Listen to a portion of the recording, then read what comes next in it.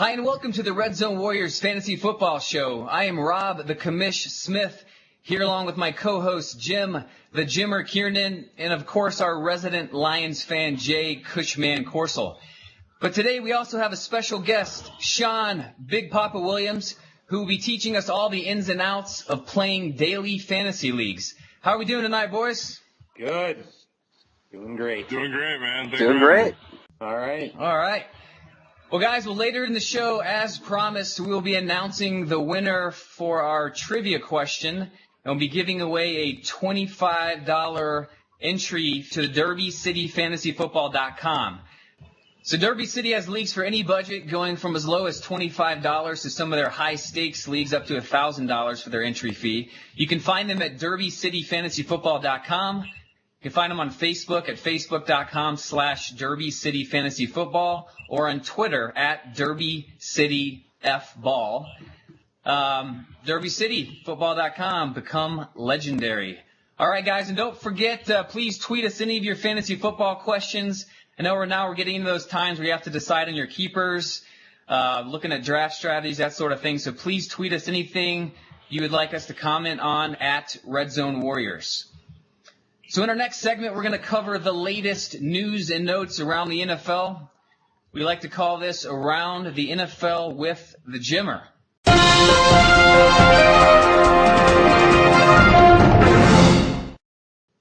Over to you, Jim. All right. Well, thanks, Rob. I'm reporting live here from Malaysia. Let's begin with Drew Brees has seemingly come out to support paying Jimmy Graham his damn money that he's owed. I said, Jimmy's my guy. I want what's best for him, and I want what's best for the team. Certainly there's a way everybody can be happy coming out of this deal, except for Saints owners. Anyways, apparently Cordell Patterson is as confident in his abilities as I am. I'm going to be a top 5 playmaker, Patterson said. I am a playmaker. I like to make plays. Like I tell them, get the ball in my hands, and I feel special with it. I feel special with balls in my hand, too. Oh, man. Miami Dolphins defensive end Deion Jordan was suspended 4 games for violating the NFL's policy on performance-enhancing substances, something Josh Gordon knows something about. Jordan, the number 3 overall pick from 2013, recently said that he has gained 17 pounds of muscle. And hopefully he's on the same program that moved LeBron from 240 pounds to 270 pounds in one off season. The bloggers hired by the Washington Redskins to defend the team's name has quit after 2 weeks. Ben Tribbett announced his resignation on Twitter late Monday, saying he didn't want a distraction because of personal attacks directed towards him. Tribbett tweeted that he supports the Redskins name, but doesn't see eye to eye with some friends, mostly Native Americans. Memo to Andrew Luck. Jadeveon Clowney is coming for you. Before he had been drafted by the Houston Texans, Clowney warned Luck and the Indianapolis Colts quarterback better have his head on a swivel. Whenever their teams meet on the field, Clowney said that my goal for his rookie season is to try to better himself as a player. My goal in the NFL is to sack Andrew Luck. He's in my division, playing him 2 times a year. He's a dangerous quarterback, very smart with the ball, and makes good decisions. I just want to get after him and sack him 1 time. I certainly hope you want to do more than 1 sack, Clowney. A picture of Johnny Manziel rolling a $20 bill in the bathroom of a Las Vegas club has surfaced. Why is anyone shocked by honestly how is this news? Anyways, why is he only rolling there was 20? no illegal substances visible. Contract. You know, he's literally toning it down, guys. He's toning it down. All right. Speaking of, Browns instructed him to tone it down barely a week ago. Yeah. Manziel has given his critics plenty of ammunition this offseason, but he could shut everyone up by winning the battle with Brian Hoyer at this camp for the starting quarterback position in Cleveland. That or LeBron will start. According to the Patriots website, all signs point toward Rob Gronkowski being ready to go in week 1. Bullshit. Can you say That's just funny. Pupless. All right. Pupless. I feel like I've heard that before. Josh Gordon. Yeah. So let's talk about Josh Gordon. He was arrested for DWI early Saturday morning in Raleigh, North Carolina. Gordon was pulled over and received a speeding ticket in addition to driving while impaired. The arrest is Gordon's second run-in with the law in the past 2 months after he was linked to a possession of marijuana in May. In other breaking news, Josh Gordon just signed with the Baltimore Ravens, saying that he feels his teammates will better relate to him. Ravens have had 5 arrests already this offseason, just not quite as many as Josh Gordon. A source with knowledge of the situation tells us that the current thinking of Vernon Davis will not report to training camp. He is reportedly leaning towards holding out. And speaking of holding out, Texans claim that they will not trade possible holdout Andre Johnson after NFL Network's Ian Rapport reported Johnson has told the Texans he wants to play for another team. And with that, back to you. All right, so we're going to go ahead and cover our ADP watch. This is, again, where we just kind of let you guys know who's climbing up and down the boards. Some folks have already started drafting, doing a lot of mock drafts. So, Jay, what do you have for us this week? Well, we're moving on up to the east side, to a deluxe apartment in the sky. All right, we're going to start with the guys that are moving up on the draft boards. ADP, Rashad Jennings has moved up from the end of the 5th to the end of the 4th. Toby Gerhart has moved up from the beginning of the 5th to the beginning of the 4th. And Michael Floyd has moved up from the end of the 6th to the early 5th.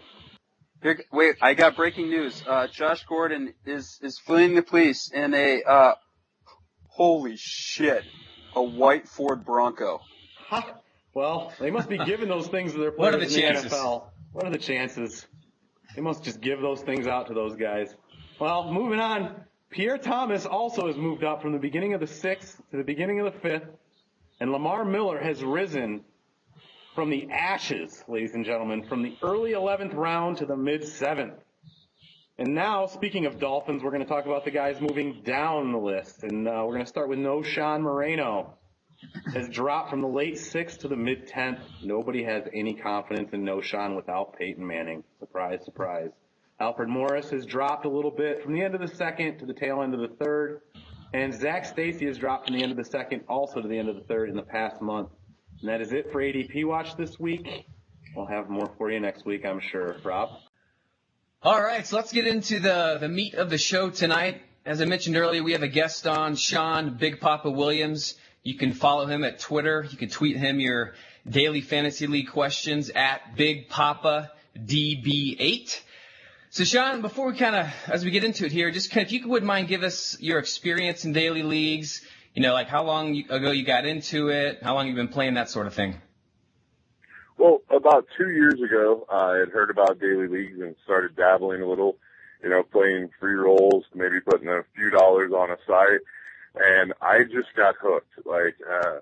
And then that progressed into last year. I went a little harder at it, and I entered hundreds of entries throughout the season, trying to chase that $1 million prize on DraftKings. Some things I did very well, some things not so much, but I learned a lot, and hopefully you can learn from my mistakes, and hopefully tonight we can get a lot of people excited about daily fantasy football and make us all some money. Yeah, man, absolutely. From talking to some people and some friends that are into this, I don't know if this is a connection that you had, but it seems like a lot of the time, some of the guys who get into this daily, fantasy football stuff, trying to get that, instant payoffs and whatnot, had some experience in like online poker, online gambling sort of thing. Do you kind of see that as a connection point for getting into these type of leagues? Absolutely. I used to play online poker until the federal government banned it. Shame on them for doing such a stupid thing. But let's be honest, this is the best way that you can get that immediate gratification and see cash immediately in your account after a Monday night game, which is a really cool thing that season-long fantasy leagues doesn't offer. Yeah, definitely not. Well, But, yeah, it is a good way to get your little adrenaline fix for the week, for sure. Oh, yeah. You will be amped up on Sunday playing dailies. Definitely. So just to, like Rob said earlier, we don't have, the guys in this podcast don't have a lot of experience with daily leagues. I did some last year, and Rob and the Jimmer have done none. So why don't we just, in case there's people out there like them and me, newbies at this, why don't you give them an overview? What are daily leagues? How do they work? What positions are you drafting?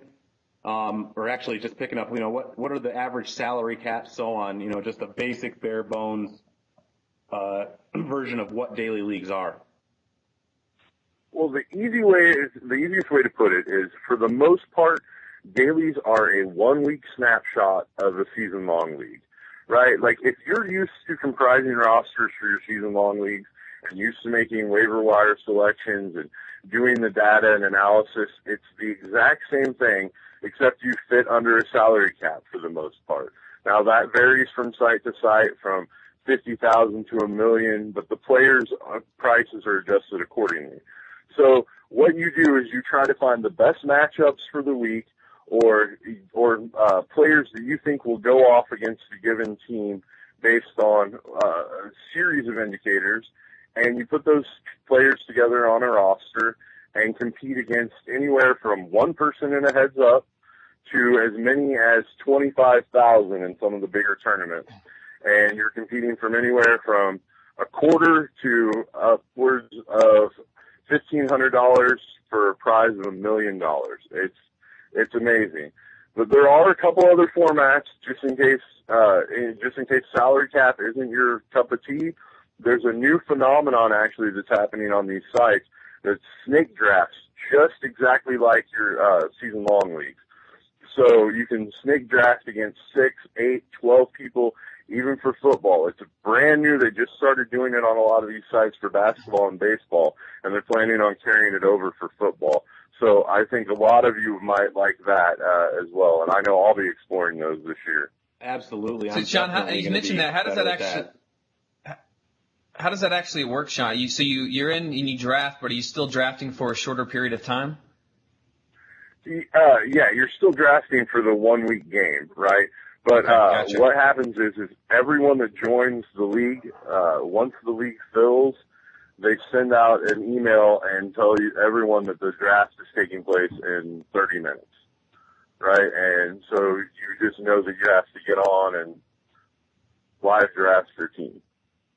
Huh, interesting. Well, I Yeah, think that's obviously just the big difference there, Sean, would of course be the fact that you can't be starting the same players as another guy you're competing against. Yes, it does give you exclusivity on players. The problem is like you're not, the problem for a lot of people is you're not going to be able to chase the big money, like, right, because you're only playing like 4 to 6 to 12 people, somewhere in that range, depending on the size of that draft. So, I mean, it's a new thing. I think it's a good way to grind out some money. Like, I think that would be safe money in your bankroll if you're an astute drafter. But the tournaments are where everybody loves to play for the big cash. Yeah, and that big cash is what we all want. We all dream of. I mean, how sweet would it be to hit one of those $1 million tournaments? Like, I mean, you have a 1 in 5,000 shot on one of the sites for $1 million. Like, you can never find those odds anywhere in life for $1 million. Not only that, but all of my friends that play fantasy, they'd never hear the end of it. Be like, yeah, I'm a millionaire because of fantasy football. I'm that good. Right. How great would it be to be able to be like, when people are like, so you play fantasy football? Well, yeah, I play fantasy football, but I'm a fantasy football millionaire. Right? Done and done. Yes. Awesome. So I wish I could tell you that and your listeners right now. I feel like that would help my credibility a little bit, but hopefully I give you enough info that my credibility is not on the line. Oh yeah, there we go. So, well, you're a big guy, man. No one's going to question your. Yeah, no, dude. Whatever you say, man. You too. I believe you.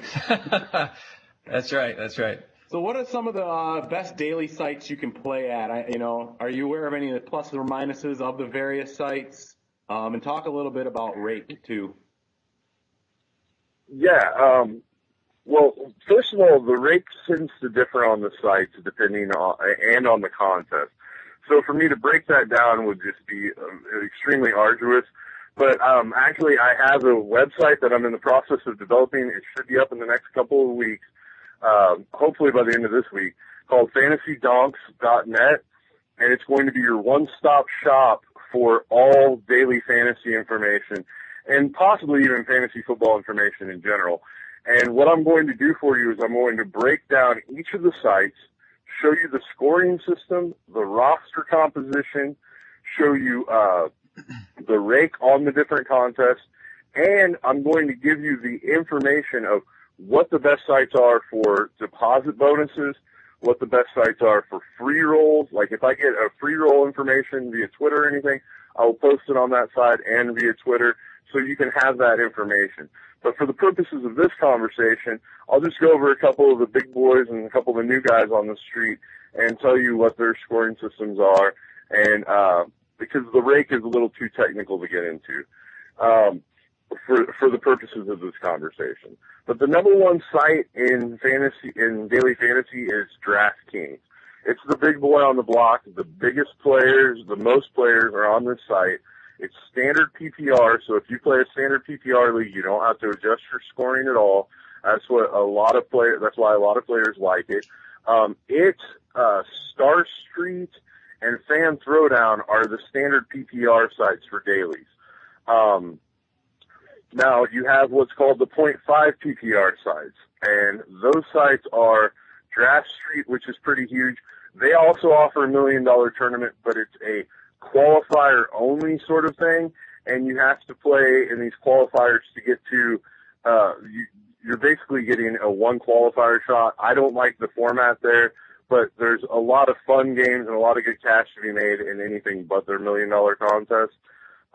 FanDuel's also a 0.5 PPR. Star Fantasy Leagues is a 0.5 PPR. Fantasy Aces, which is actually a Matt Forte endorsed site, at least it was last year, is also the 0.5 PPR.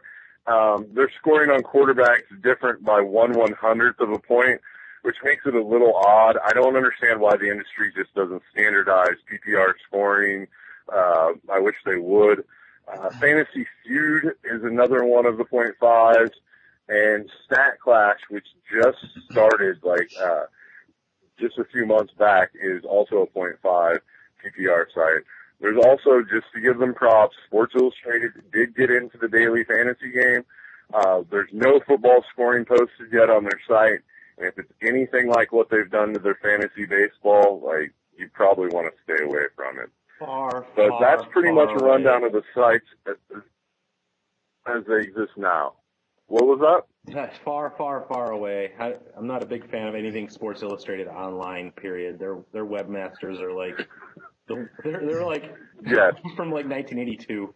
Hey, let's not forget the swimsuit issue, though. Come on. Well, dude, look, the swimsuit issue is I'm great, but just that's happy- not online, man. Well, I'm just happy that the bigger industry people are trying to get into daily. I figured they would have done it a little earlier, as big as this bug is that everyone seems to have caught with dailies. I figured more of the bigger players would have gotten in earlier, but they haven't, and they seem to be doing it wrong when they do get in. So just be wary of the new sites when it comes to scoring and so on and so forth. Like, you wouldn't join a season-long league without knowing the scoring format. The same is true for dailies. Well, maybe you wouldn't, Sean, but I like to gamble. Well, hey, Sean, I'll since you're kind of breaking down the various sites and whatnot, one of the things that I heard just from listening to various podcasts last year, and again, I've not ever played daily leagues before, but how long do you have to make a swap out of a guy? If you start your lineup and you find out someone got put on IR or is questionable or out for the day or whatever, how much time do you have to swap them out? And is there a difference between the sites as to how long they give you right up into kickoff or whatnot? That's actually a phenomenal question. And the truth is it's site dependent. Like, one of the reasons why people love playing on DraftKings is it's up to the point of game time that you have to swap out your players. However, other sites like Draft Street, for example, once the first games go off, right? Like, once kickoff happens in the first games, all games are locked. So if you're playing somebody that's questionable in Monday night's game, and you find out that person is completely out, you can't swap him out. Like, that's why a lot of people give merit to that on those sites, and a lot of people hate it. It's a personal preference kind of thing. I don't mind it. I just go in knowing that, like, if I'm on Draft Street or what are some of the Star Street, that I can't sub out players. So I just don't take people with question marks. Yeah, that's probably a good policy. Well, and when you say it locks down, does the Thursday night game lock down all of Sunday and all of Monday, or does the Sunday morning game lock everything else down? The Thursday, if you're playing a Thursday game league, most leagues, first of all, let me start off by saying this. Most leagues that are for the money, like, avoid the Thursday night games. They're just Sunday night, the Sunday day and Monday night. There are leagues you can join that are Thursday, Sunday, Monday. Now, on those sites, when Thursday kickoff happens, if you're in a Thursday, Sunday, Monday league, then yes, it locks you for Thursday, Sunday, and Monday. So you are rolling the dice there. You could take that last minute tweaked ankle from Reggie Bush, like while he's warming up, and you're getting a 0. Yeah. Oh, yeah. I think that definitely bit some folks last season. So yeah, and one of them. Well, okay, so Sean, right to say, I wasn't going to bring that up. It's still painful. All right, so say, yeah. So Sean, if me or Jim or whatnot, we decide we're going to do it this year, we're going to, we've done a lot of preparation for just redraft leagues. We feel we're ready to give this thing a whirl. And I'm sure this is a broader question than your answer, but as far as what is the best piece of advice you can give a complete and utter rookie getting into daily leagues as they get started to try to kind of figure this whole thing out? Well, the best piece of advice I could possibly give is understand your bankroll management and strategy, right? Like, if you have $100 and that's what you're going to play with and you don't care about it, you're not trying to grind it out, fine. Like, but if you're trying to grind it out, you need to, like, figure out how much you're going to spend per week and focus on what types of games, whether or not you're going to play all of it in the 50-50s and double-ups or whether or not you're going to play all of it in the tournament. But that's all about your bankroll strategy. As far as playing specifically, I have what's called Papa's 3 rules to playing daily fantasy sports. And the first rule is find a quarterback with a wide receiver pairing, right? And the argument for this is simple. Over the history of daily fantasy sports, there has been 1 week, and it happened last year, where a quarterback wide receiver pairing, like, together wasn't the optimal strategy. Like, wasn't the team that won the tournament, right?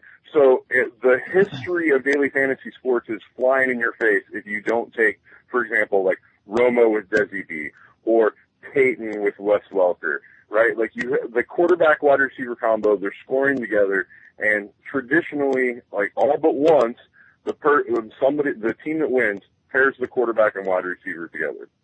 The second rule that I have for people that are playing daily fantasy sports is that if you're happy with your team and you have money left over, who cares, right? A lot of introductory players and beginning players have a problem with they see money left in their salary cap and they're like, ooh, well, maybe I can upgrade this position, or maybe I can do this here or do that there. Like, if you're not happy with it, then upgrade away. But if you're happy with the team you have set, don't do swap outs just because you have like a few $100s left over and it lets you buy this wide receiver over the one that you really liked in the first place. All you're going to do is weaken your teams by trying that. Trust me on that one. It's tried and true. I made that same mistake And the third rule last that year. I have for people, go ahead. Yeah, no, I was just saying I made the same mistake last year doing that. I'd have, $300 left. Oh, I can get a better receiver, even though he's not a better receiver, and he ended up scoring less points than my original choice. Right, you end up taking someone in a worse matchup or with a worse quarterback or various factors that you aren't thinking about that you were previously, just because you've got this tunnel vision on how much money you have left. But the third thing that I would tell people, the third rule, is don't overstack a team. Like, there's not enough points being scored. Let's say the Broncos go crazy, right? Peyton Manning 7-touchdown game, right? Had you hit like two of the players plus Peyton Manning, you would be fine. But the problem is there are tons of people out there, and you'll see this on these daily sites, of people that just try to pick all the players from one team or all the players from one game. And traditionally, there's not enough points scored for you to win your contest by doing that. Now, that does kind of pay off occasionally in a 50-50 if you can target those people right. But I think you're just playing Russian roulette. Like there's just no real way you win. Yeah. Now Gotcha. Speaking of, go ahead, Rob. Well, I'm just going to kind of recap for the audience here. So the number one rule was the quarterback wide receiver pairing is a must. Number two was don't worry about the fact if you have cap money left over. Don't let that play with your head and try to upgrade when you feel good about your team. And lastly, don't overstack your team, i.e. try to draft all the Broncos players or there's some supposed high-scoring game that's probably going to crush it and you try to get everyone on that team. So those are the big three. Papa's big three. Nice. Yeah, that's what I like. Papa's big three rules. Rules to live by and daily. Sounds good. So speaking of rosters, now last year I played, it was mostly towards the end of the season, probably not the best time of year to play, but that's when I got into it. And I noticed that in order to win these leagues, a lot of the guys that end up winning the big money, they have that one player, that sneaky play. I mean, most of the time you've never even heard of the son of a bitch.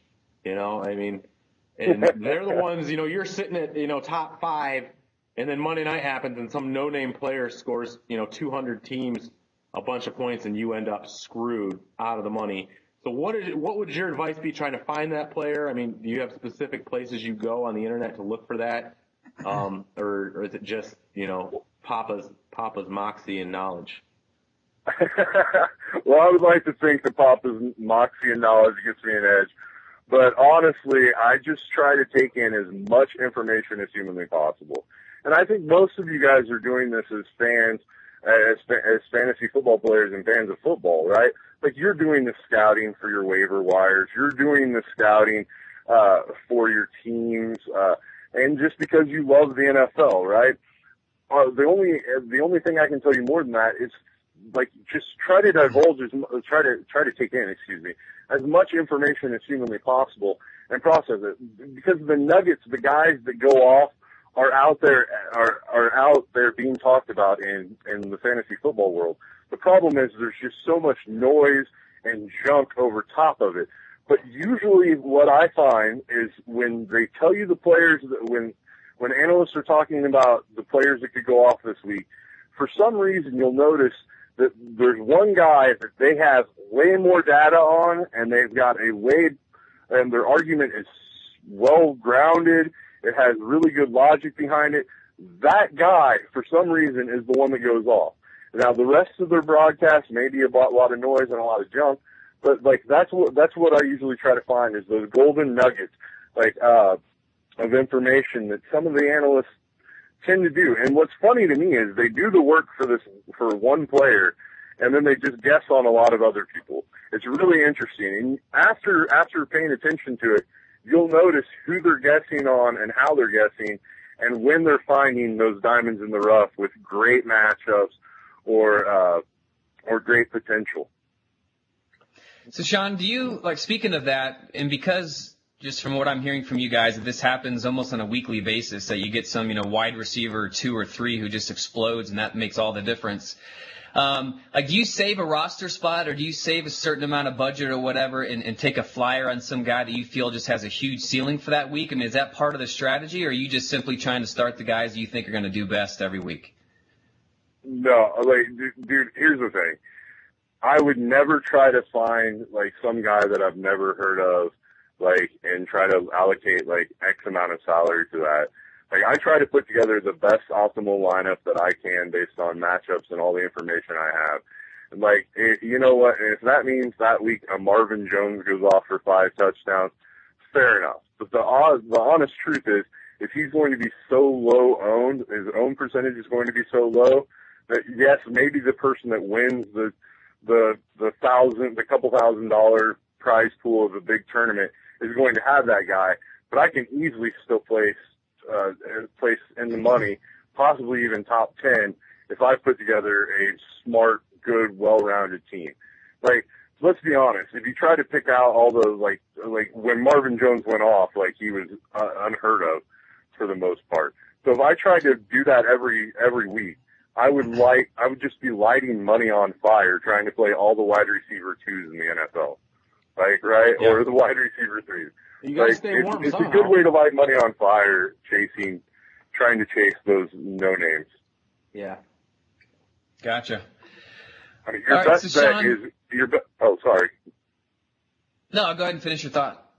Oh, okay. Your best bet is like to try to find the week where Desi B is going to go off for 40, right? And try to pair him with a cheaper running back that's going to go that has like maybe somebody like Mike James last year came in for Tampa. He was a min value guy and was going to get all the touches, put up close to 30 points, if not over last year. Like that's how you win these contests, right? By finding the gems that are going to give you guaranteed points. And if I'm going to have to fish for value, I'm always doing that at running back over doing it at wide receiver. Does that make sense? Gotcha. Absolutely. Yeah, absolutely.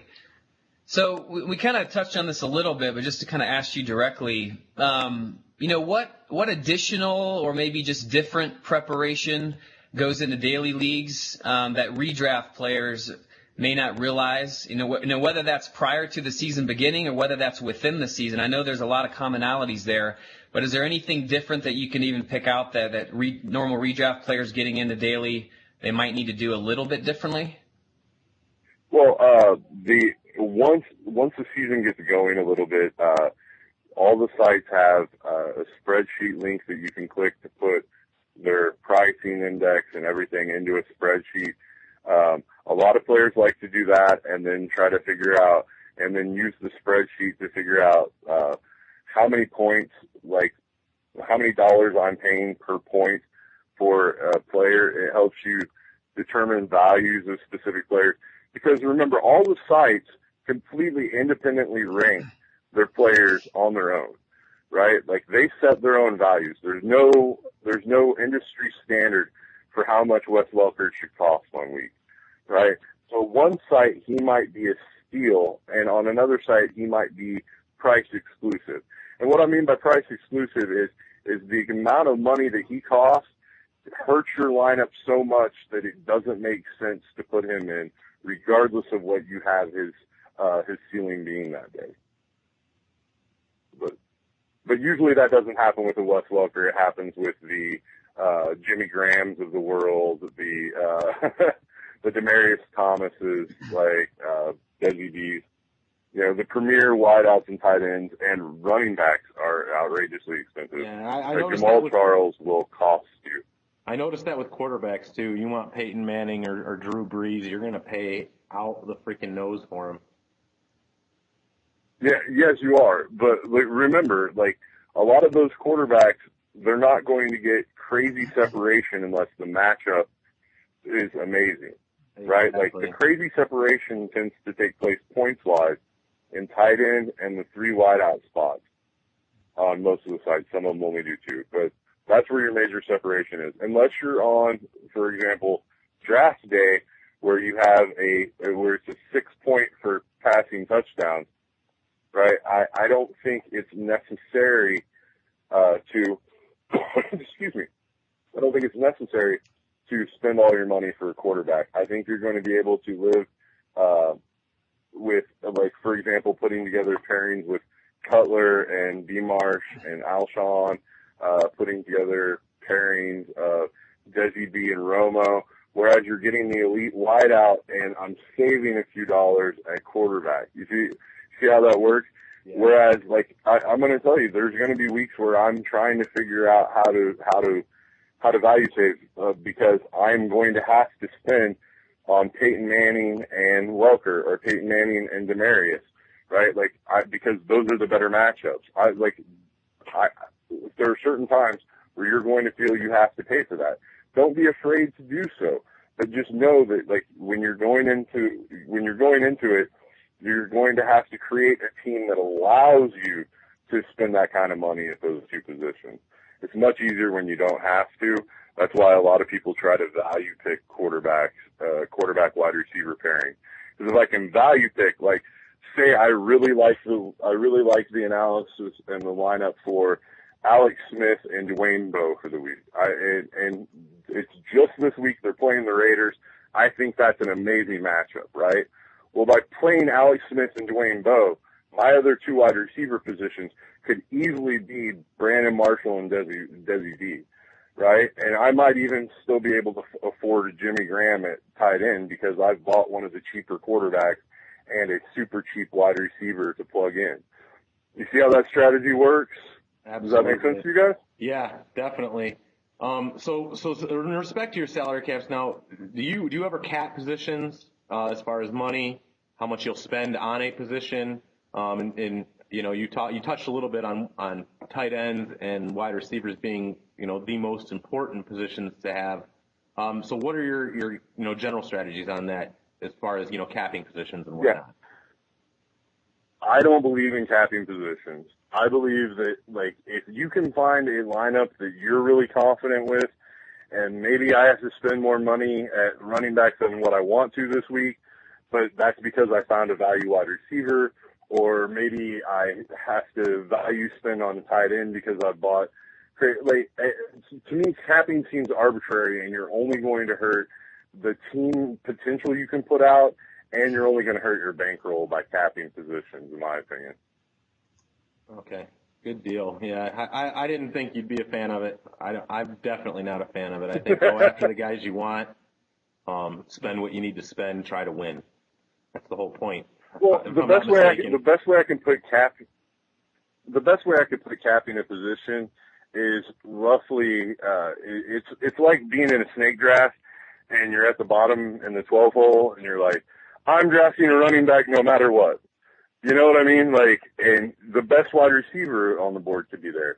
Jimmy Graham could be there for you. It seems to me like it puts you in a position that you never want to be in fantasy sports. Because let's be honest, the best players in the world are the ones that are flexible, that can adjust to whatever situation they see. And daily is a snapshot of that adjustment, right? Like, you're trying to adjust to what the prices of those players are on any given week and try to extrapolate the best possible lineup for it. Yeah, so keep your options open, definitely, is what you're saying there. That's what I like to do. So, Sean, you kind of talked a little bit already about the different kind of tournaments and ways to play. You mentioned things like 50-50 and head-to-head and these tournaments and so forth. So if you wouldn't mind, just for the audience, kind of just breaking them down. I mean, some of them kind of obvious, but just break down what that means, what kind of options that these people have, and then maybe kind of discuss your favorite format and why you like it so much. All right. Well, I'll just get the fun one and my favorite out of the way first. That's tournaments. They're exciting, and a lot of them you can enter a $5 team, and you're competing for first place prize is $2,500 on Monday morning.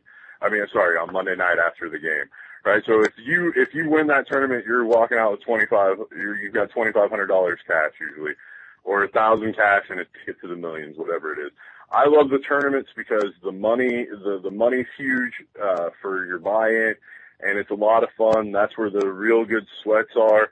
The second type of game is that of the 50-50s. What the 50-50s are is they're pools of players. They range anywhere from, depending on the site, from 25 all the way up to 500 people in the 50-50. And the way the 50-50 functions is all I have to do is place in the top half, and I double my money. So if I have $5 in, I'll make $10 if I place anywhere in the top 250 if the size of the field was 500. And so that can be very profitable. Double up minus rake. But yeah, that can be very profitable, and that's what they call cash games, is that and head-to-head. Head-to-head is exactly like a 50-50, except you're only playing one player. But that's the only player you have to beat. And as long as you're not matched up against Candia or one of the other super big dogs in the world, you have a really good shot at doubling your money. I prefer the 50-50s over heads up just because with the size of the field, I don't have to fade hitting one of the top premier fantasy players in the world, right? So I can make my money a little bit easier by playing the 50-50s, in my opinion, than just posting or joining heads up matches. There's also, as we talked about earlier, the new snake draft. draft leagues, which are really interesting. I'm excited about those this season. And there's something else that they've been doing, and these are called survivor leagues. Now, this is pretty cool.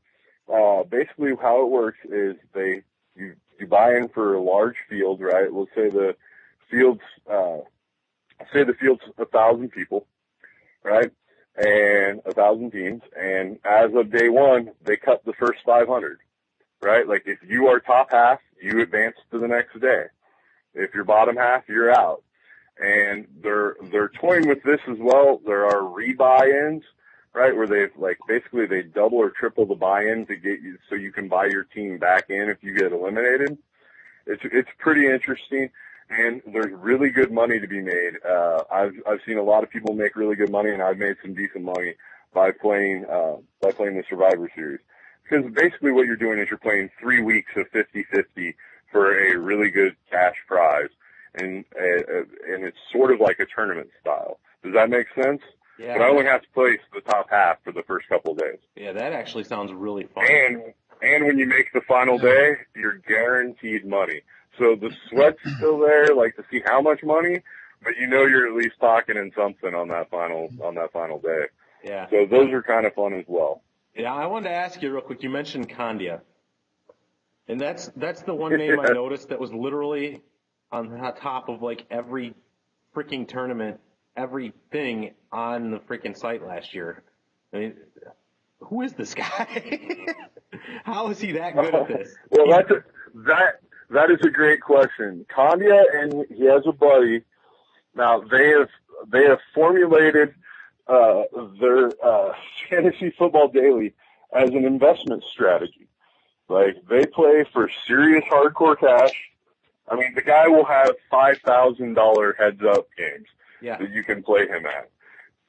And he is by far he's by far the most money-earning player in the world. Now, do we know if he's profitable? I would assume so at the volume he plays, but there's no information to prove how profitable he and his partner are, because all the sites only record how much you win. They don't record how much you lose or how much you have invested. Wow. So, yeah, I did notice him a lot last year, and that guy was he was on top of everything. Every tournament I played in, I'd go to look, there's that guy again. Jeez. Yeah, actually, he's been hired by Fan Throwdown. So, to help them with their site, they wanted to get one of the better players to make sure that the playing experience was really good for all players. And so he is locked out of that site. So if you want to play on Fan Throwdown, you don't ever have to face Candia because he's employed by the site. It's kind of awesome. Nice. Oh, there we go. Fan Throwdown, ladies and gentlemen. You do not have to face Candia. Well, I will tell your listeners and viewers this. If you're really interested in this, and this topic is sparking a lot of interest and getting you excited about daily fantasy football, I would ask you to just hold off on getting on any of these sites. And when FantasyDonks.net is up, I will give you green lights as to when to join these sites, because you will get free entries into tournaments, you will get better deposit bonuses, but none of them, is weird enough, have turned the page to football yet. They're all still on baseball. And if you join these sites now, you'll get free baseball entries, and baseball is a total random luck thing. And none of the information you have that you've been working on for football will help you out in a baseball tournament. Yeah, no doubt, man. I can't stand fantasy baseball. But it's awful. I tried it. I tried to grind it just to get to know it, and it is terrible. It is. So do you think daily leagues are where fantasy football is going? Do you think they're going to trump redraft leagues in time, or do you think, the redraft leagues are going to stick around because they're, that much different? People like the long term, getting in their leagues with their buddies type of stuff. But, where do you see daily fantasy football going, basically, is the question. Oh, daily fantasy football is the future, and it's already here. Its numbers are outrageous, and it's only going to continue to grow. I mean, you keep hearing every year more and more advertisements on the radio and on sports talk radios for the daily fantasy sites. And the high volume of players are going there. Why? Because immediate cash gratification, right? I don't have to wait 11 weeks or 12 weeks or 14, 16, depending on the format, right, to see how my team's doing to make my money. Week 1, if I hit the right combination, I'm cashing out week 1, right? Like week 2, right? And not to mention for those people out there whose teams die during the middle of the season and whatnot, those people jump onto these daily sites and try to make a lot of money. Yeah. Try to feel better about themselves at least. I mean, it can be a good way to build up your self-esteem, and also can be a good way to crush your soul. Yeah, right. It depends on how good you are at putting rosters together. Realize just how bad you actually are at fantasy football. But to answer your question, like dailies are where it's at, man. Like the season-long leagues, even the big tournaments, can't compete with the prize payouts. I mean, you're talking about there were multiple sites that offered $1 million to the winner of the final tournament of the year. And week 1, usually the sites are trying to get people on them. Week 1, there's usually a good $250,000 to $350,000 tournament on a couple of the sites that you can make serious bank on. I mean, let's be honest, that's the same prize pool as like the FFPC, and I don't have to wait a whole season and try to like go through the landmines of a whole season to win that kind of cash. Yeah, that's why I think they're going to gain more popularity. But standard leagues are always going to be there, man, because I love playing, and I'm sure you guys do with your boys, getting together on Sunday Fun Day and like making fun of each other's teams and stuff. Like that's what's going to keep season-long leagues alive, and that's not going to change. Like, but the place where all the people and a lot of the money is going right now is in daily fantasy sports. Yeah, I'm definitely going to be playing all season this year. So I think like, Rob will too. I hope so. And here's the thing, on fantasydonks.net, what I'm going to do is I'm going to show you guys how, at least once a week, show you how to put together a lineup on the site and walk you through my thought process of how to put some lineups together. So it'll be a one-stop shop to see the rank, to see all the scoring differences and to see the value differences, and then I'm going to show you how to actually do it, which is not out there right now in the daily fantasy sports community. Hopefully I can make us all a little bit of money and get people excited about daily fantasy sports, because that's my goal. I got hooked. I'm super excited. It's one of the funnest things that I've ever came across to do. And going back to the Sunday Fun Day thing, we found last year the group of guys, we get together, we all enter one of the tournaments, and we all have our own teams. And then we would get together, and each week one of us would buy what we call the community team, where we just decided that we were going to split the prize, and everybody puts input together and puts in one roster. It can be a lot of fun with your group of guys, right? And then you all together have that sweat plus your individual sweats of what other entries you put in those tournaments. It seems like there's a lot of sweat involved in daily fantasy football leagues. Papa, is that really the case? I mean, am I going to have to like change my clothes 3 times every Sunday? Well, you can't if you're the guy that loves to just stare at his screen and see what his team is doing. I'll give everybody a little tip of something that I had to learn last year when I was running hundreds of teams deep. Just turn off the webpage. Only pull it back up if there's an injury that, like, for example, if I was on DraftKings and had a player going that, like, was a late scratch or whatever, only pull it up to do roster swaps. Otherwise, you can either gloat or tilt your day away, and it can be not pleasant if you're playing high volumes. If you're playing small volumes, like, have it up, enjoy it, like, but the higher volume you get, the more on tilt you can get if you're having a bad week, and it can ruin your Sunday just as easily as it can make it the best Sunday of your life. Absolutely. Abso-freaking-lutely. Well, hey, Sean, man, really appreciate you coming on. You clearly know your stuff. I want to remind everybody to follow you on Twitter. at Big Papa D as in dog, B as in boy 8. Your website that's going to be up within the next week or so. It's fantasydonks.net. I'm sure you'll put out on Twitter when that site is officially up. But again, man, really appreciate the time, the information. You're clearly a wealth of knowledge on fantasy football and daily league, so we'll definitely be tapping into you further down the road for some more information. I wanted to thank you guys for having me on the show and tell you how much I enjoy your show and how much I enjoy these fantasy conversations. All of us as fantasy degenerates love talking fantasy football, and I love your guys' outlet for doing that. So thanks again for having me on. It was an honor and a privilege, and I appreciate it. Hopefully we can all make some money and hopefully get some more people that want to play some daily fantasy football. Absolutely. So good luck, boys, and I will talk to you guys soon. All right. Thanks a lot, Papa. Talk to you later. Bye. All right, so now we're going to go ahead and move on to our drawing. We did this last week. The folks over at DerbyCityFantasyFootball.com asked us to help them give away a few entries into some money leagues over there that they run. And, well, we like to give away free shit, so we said, why not?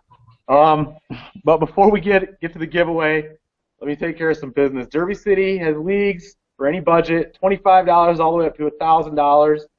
You can find them at DerbyCityFantasyFootball.com, Facebook.com/DerbyCityFantasyFootball, or on Twitter at DerbyCityFBall. So on to the giveaway. We didn't want to just do a random giveaway. We wanted to do something to make you guys work for this a little bit. I mean, we're not, total philanthropist saints.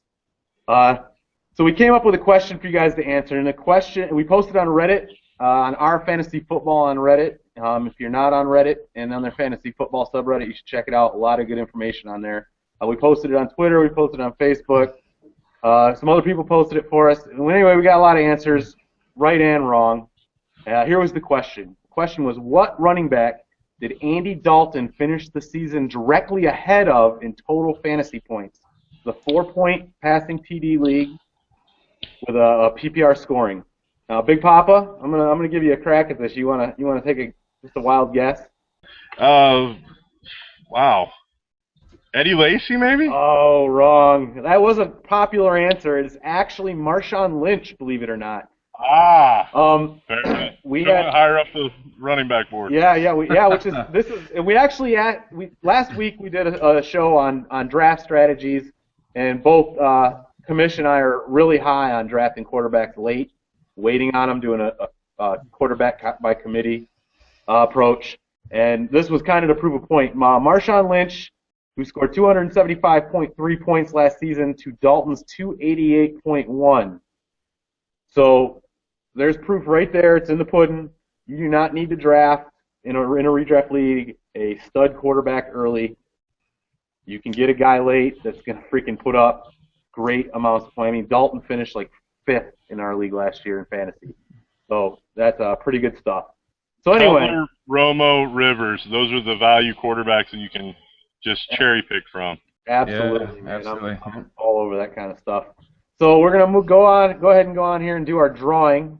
Let me get a screen share going on of what I got going on over here so everybody can see, since we're on Google Hangouts. We'll do that. All right, so here we got the names. You probably can't see it very well because Google's crappy, but there's 31 entries. All right, so we're going to go over to random.org here. We've got 1 through 31. We're going to generate a random number. Number 7. User Crazy Solo from Reddit. User Crazy Solo, you just won a $25 league at DerbyCityFantasyFootball.com. So we'll be getting a hold of you right after I get done doing this broadcast and post this video and editing the hell out of this video. So, yeah, that's it. User Crazy Solo. Congratulations. All right, so remember Derby City Football, DerbyCityFantasyFootball.com. Find them on Facebook, Derby City Fantasy Football, and on Twitter at DerbyCityFBall. Yeah, so congratulations to the winner. All right, good stuff. All right, guys, at our next show, we'll be discussing what it takes to get ready for your upcoming fantasy draft. We're all going to be in that mode here soon. should be in it already, should be listening to us, should be looking at sites, researching different guys, getting some rankings going. We'll kind of go into the things you should be doing, where you can do them. We'll go over some draft strategies that we found are best at certain draft spots, like drafting from the 1 hole or the 5 or the 10 or whatever it might be. We'll also be rating some more of the popular mock draft sites. So if you're not mock drafting, it's something you should definitely be doing to help prepare yourself for this fantasy football season. So in the meantime, you can go to redzonewarriors.com where you can watch previous episodes, see our rankings, and subscribe to us and rank the show via iTunes. And don't forget to follow us on Twitter and tweet us your fantasy football questions at RedZoneWarriors. So for our special guest, Big Papa, Sean Williams, Cushman, the Jimmer, I am Rob, the Commish Smith, and we'll leave you with this last piece of breaking news. Yep, just coming in now. The Cleveland Police Department recently stated you cannot spell elite in the judicial system without, yes, Josh Gordon. And that's it for tonight's show. Thanks for listening. We will catch you next time. Peace.